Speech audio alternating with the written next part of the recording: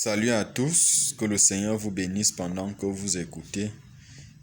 C'est une merveilleuse opportunité, une fois de plus, de nous retrouver dans ce rendez-vous qui se veut hebdomadaire au sujet de comment devenir un véritable disciple du Seigneur. Nous avons déjà vu présenter plusieurs étapes en expliquant un peu dans les détails et nous espérons que ces vidéos sont en train de vous bénir.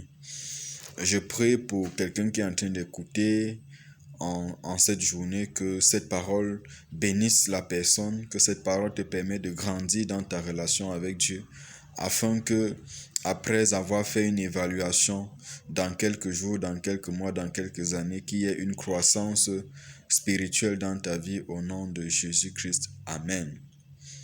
Alors, nous sommes arrivés à la troisième étape, n'est-ce pas, du processus du processus qui consiste à devenir un véritable disciple de Jésus-Christ.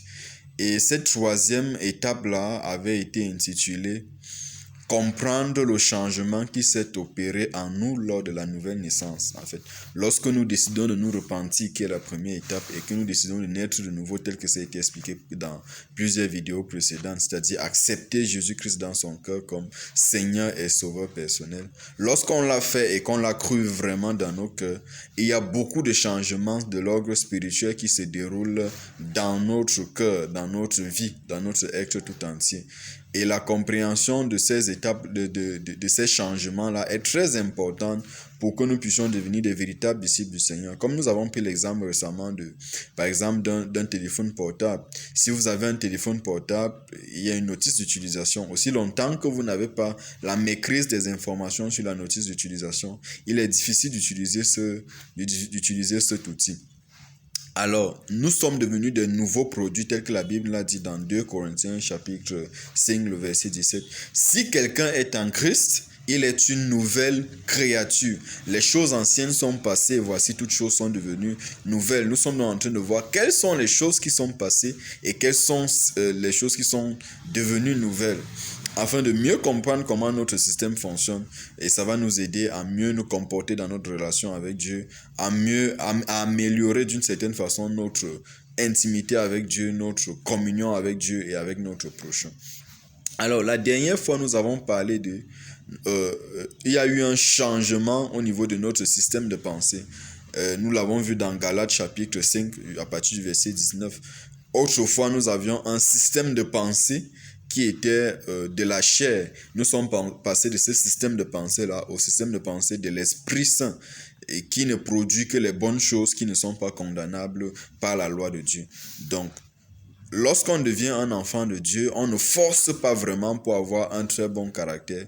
Ça coule de source parce que nous avons été transformés. Notre système de pensée a été transformé. Nous sommes quittés des pensées de la chair aux pensées de l'Esprit Saint. Et l'Esprit Saint ne peut qu'avoir des pensées qui honorent le Père qui est dans le ciel. Et aujourd'hui, nous allons donc voir d'autres changements qui se sont opérés. Le premier changement, nous allons l'intituler « Nous sommes passés des ténèbres à la lumière ». Le passage qui nous sert d'appui ici, c'est Colossiens chapitre 2, à partir du verset 13 jusqu'au verset 14.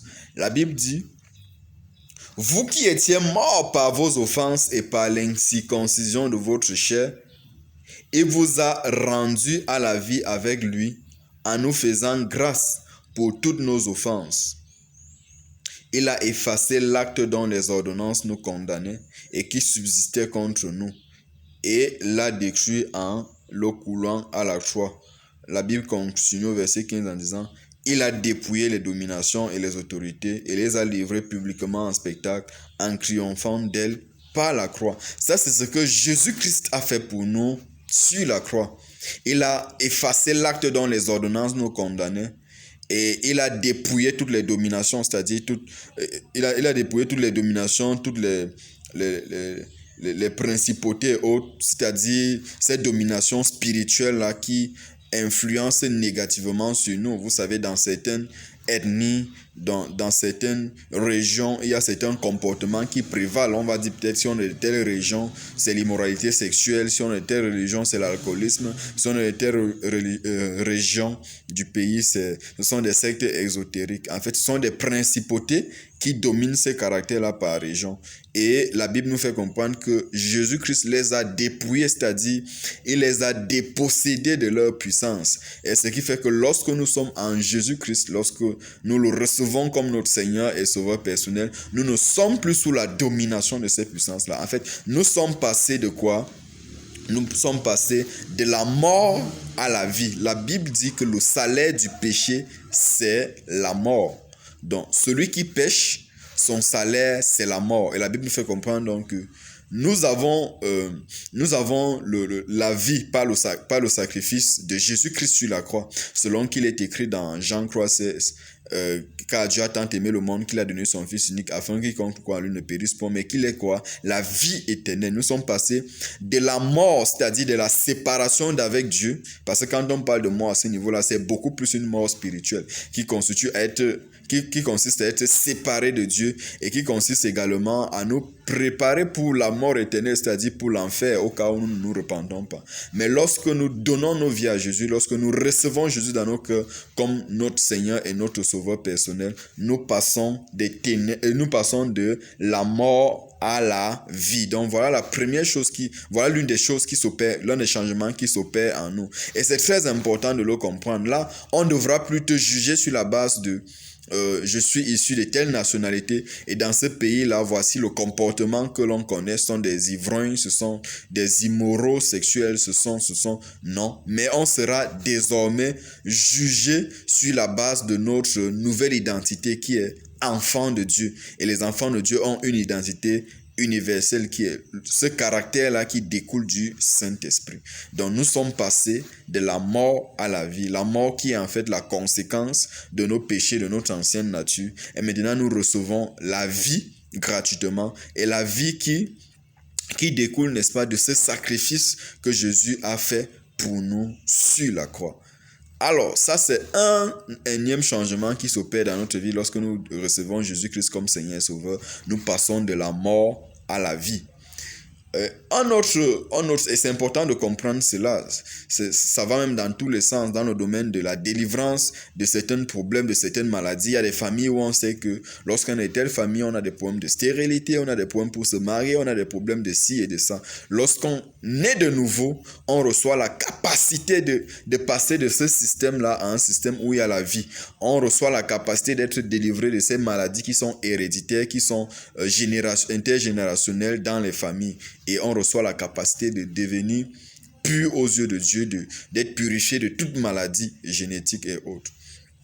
Alors, un autre changement qui s'opère, nous allons nous voir dans 2 Pierre, le livre de 1 Pierre autant pour moi, chapitre 2, 1 Pierre chapitre 2, le verset 9 qui dit « Vous au contraire, vous êtes une race élue, un sacerdoce royal, une nation sainte, un peuple acquis, afin que vous annonciez les vertus de celui qui vous a appelé de quoi? Des ténèbres à son admirable lumière.